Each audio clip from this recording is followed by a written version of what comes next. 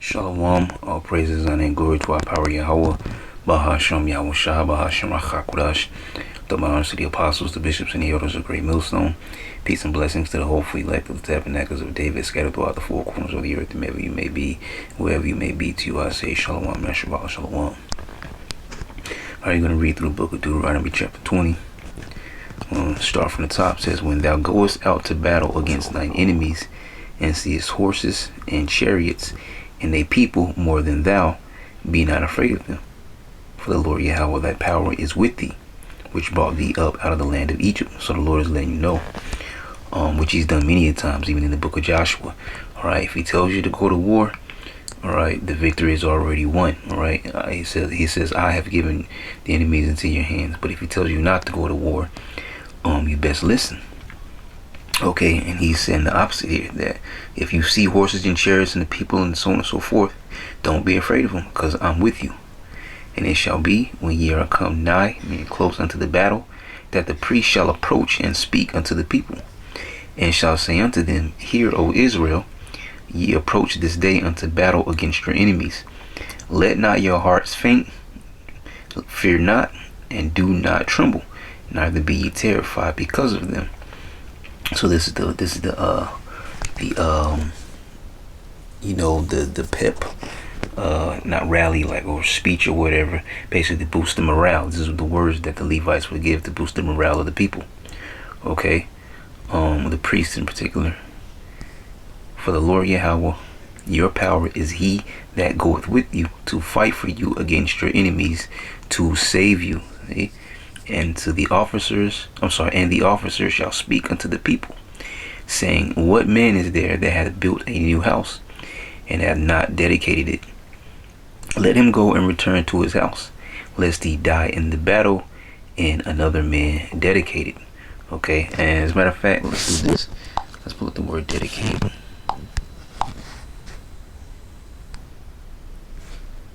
Just to go a step further. Deuteronomy 20. Alright, another, here it is right here. And another man dedicate it.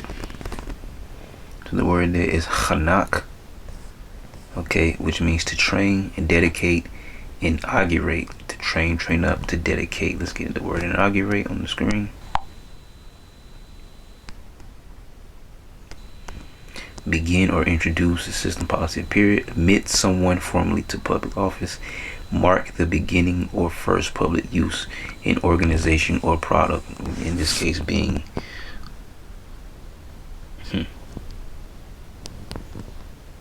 we're ticking. I don't know what's up with my audio.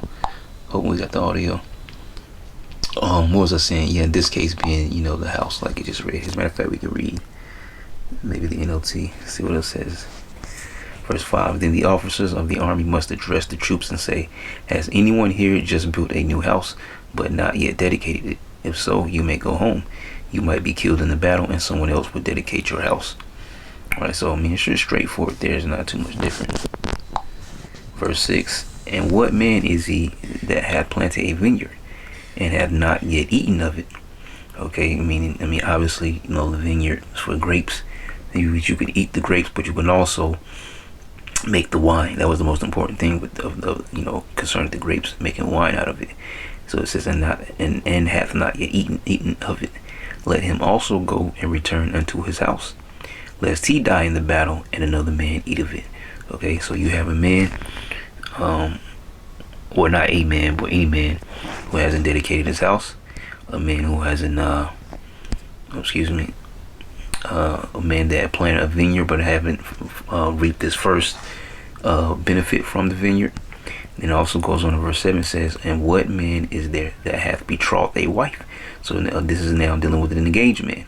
Is anyone engaged and hath not yet and hath not taken her? Meaning what? You go in unto your wife, have sex with her. Let him go and return to his house, lest he die in the battle, and another man take her. Because you were espoused to this woman. More than likely she was a virgin. Okay, and then you'd go off in the battle, you die in the battle, you never, became her husband, and she never became, well, maybe possibly your first wife, we'll just say like that. until another man takes her, and he's going to get this virgin woman that was supposed to be yours. So go home and enjoy your wife. If you haven't dedicated your house, if you haven't taken up your vine, if you haven't laid with your woman, all you men go home. And the officers shall speak further unto the people, and they shall say, what man is there that is fearful and faint-hearted? Let him go and return into his house. And this is probably the most major one. Basically, anybody that's scared, if you're afraid, go home. Let him go and return into his house, lest his brethren's heart faint as well as his heart. And that's why it's so important. Because, I think the scriptures even say, consult not with the coward in the matters of war or something like that. So if you got, one or two, a group of scared guys, and then they start to get all this talking, you're going to hear other men talking, other men listening, and, if they're not, strong, austere men, they might listen like, man, well, he's making a good point there. You start to sway their, their perception of things and the way they think, and then one or a few scared guys is going to make a group of scared guys, and then you're going to have a group of scared men going into war. So if you're afraid, go home. And it shall be, when the officers have made an end of speaking unto the people, that they shall make captains of the armies to lead the people. So obviously, of all the men that are left, they're meant to be here. Now you find which ones should be captains, over these men. When thou comest nigh close unto a city to fight against it, then proclaim peace unto it. So when you come, first thing you do is you proclaim peace. Okay, and this is why it says this.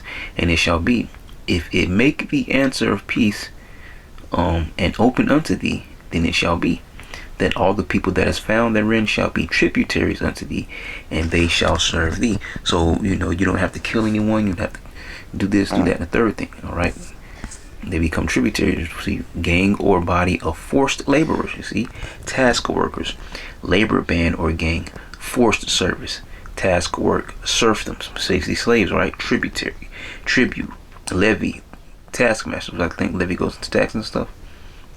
I might be wrong about that. Taskmasters, discomfited, labor band, labor gang, slave gang, forced service, serfdom, tribute, enforced payment.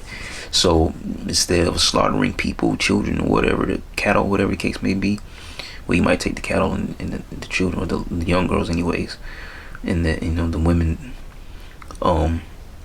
Instead, you bring peace, and if they return that peace, then you force them to serve you. Okay, without war. Alright, so that should make sense there. Verse 12 says, and if it will make no peace with thee. So if you bring the peace first, like I told you, first bring peace. So if you bring peace, but you don't receive peace, and if it will make no peace with thee, but will make war against thee, then shalt thou besiege it. Okay, which we should all know what besiege means, but we'll pull it up on the screen anyways. Word is styles of war: to bind, besiege, confine, right? Cramp. Because basically, like on an ancient, I don't know, even like medieval time periods, you will come against a stronghold or whatever the case may be, and you might entrench it about, you might palisade it with the fence. You might bring siege weapons that, you see like in the movies, they'll launch the rocks sometimes, or rocks on fire. Okay, stuff like that, throwing volleys at it. So, so yeah, besiege is basically the opposing army attempting to enter in whatever stronghold. So that's the besiege, and the besiege can last for years, because if those people are formidable foes and they're really holding out, that opposing army can be outside the stronghold for months, years, until they finally make breach, right? So it says, and if it will make no peace with thee, but will make war against thee, then thou shalt besiege it. And when the Lord Yahweh thy power had delivered it, see, besiege it, because the siege might last for days, weeks, months, whatever. It says, so when Yahweh thy power had delivered it into thine hands, thou shalt smite every male thereof with the edge of the sword.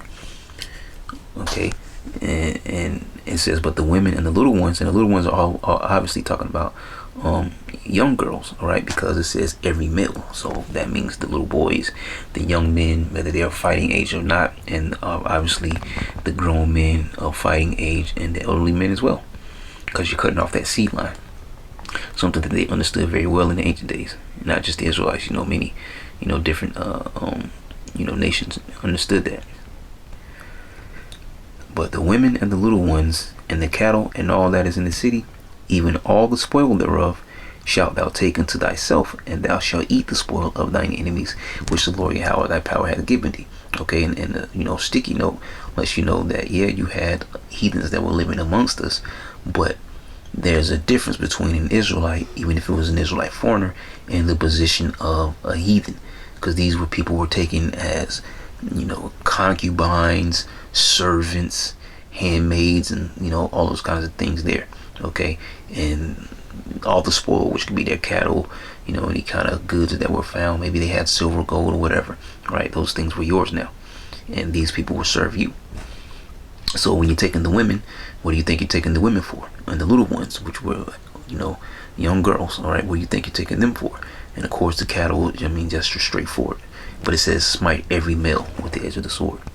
Verse 15, thus shalt thou do unto all the cities which are very far off from thee, which are not of the cities of these nations, okay, but of the cities of these people, which the Lord Yahweh thy power doeth give thee for an inheritance.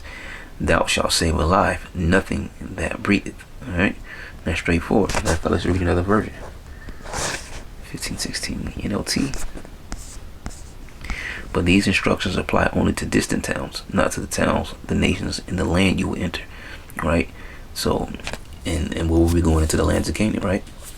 So it says, in those towns that the Lord Yahweh your power is giving you as a special possession, destroy every living thing. All right? So, amongst the Canaanites, that's the orders, all right? Destroy every living thing. Okay? But everything else that was set up above refers to the far off people. Okay? 17. But thou shalt utterly destroy them, namely the Hittites, the Amorites, which we fought a lot of Amorites, the Canaanites, the Perizzites, the Hivites, the Jebusites, as the Lord Yahweh thy power hath commanded thee. Okay, it says that they teach you not to do after all their abominations. And see, the Lord is making this very clear, because those Canaanites were very, very wicked. I believe we mentioned that in one of the previous chapters, where where we also briefly talked about the Egyptians, but these Hamitic nations in general, especially the Egyptians, they were very well known for witchcraft and sorcery and magic and all these different things, very high level. And so it also spoke about passing your children to the fire. So these rituals that they would do to their false gods and things of that nature. So the Lord is letting it be known, all right? Take these people out. Anyway, there's we read in one of the previous chapters to break down all their altars, their idols, and their groves and everything, and burn them. So that they teach you not to do after all their abominations, which they have done unto their gods. So should ye sin against the Lord Yahweh your power, because if you fall to these things, you're sinning against the Lord, and you want to kindle the Lord's wrath. Verse 19, when thou shalt besiege a city a long time in making war against it. See, we mentioned that besiege a city a long time, because a siege could last a while, right? Weeks, months, years before someone finally enters a stronghold. When thou shalt besiege a city a long time in making war against it to take it. Thou shalt not destroy the trees thereof by forcing an axe against them, for thou mayst eat of them, and thou shalt not cut them down, for the tree of the field is man's life to employ them in the siege. Yeah, and that's straightforward wisdom, because you can use these, because if the siege is last for a long time, and you cut the trees down, and you need some sustenance, and you run out, that's your own fault. But if you besiege for a while and you keep the trees, you can eat off them. And then even after the siege is over and you've finally taken a stronghold, guess what? The tree is still there, which means you can still reap the benefit of the tree. Versus you cut it down, probably to make a siege weapon out of it. So you only ate off it once, maybe twice, depending on how much it was. But then you just out of luck. And now you're here besieging this place for a long time. And then after you finally take it, the tree's no longer there. so you can no longer have use of it, because it takes years for trees to grow.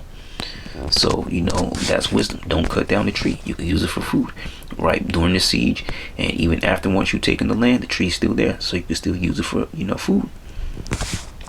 Only the trees which thou knowest that they be not trees for meat, see, thou shalt destroy and cut them down. So a regular tree, just any regular tree, right? You could use that for here it is. Thou shalt build bulwarks against the city that maketh war with thee until it be subdued. Look at the word bulwarks. Matazawar, siege enclosure, siege entrenchment, siege works. See, this is what we just talked about. Let's get one of these on the screen.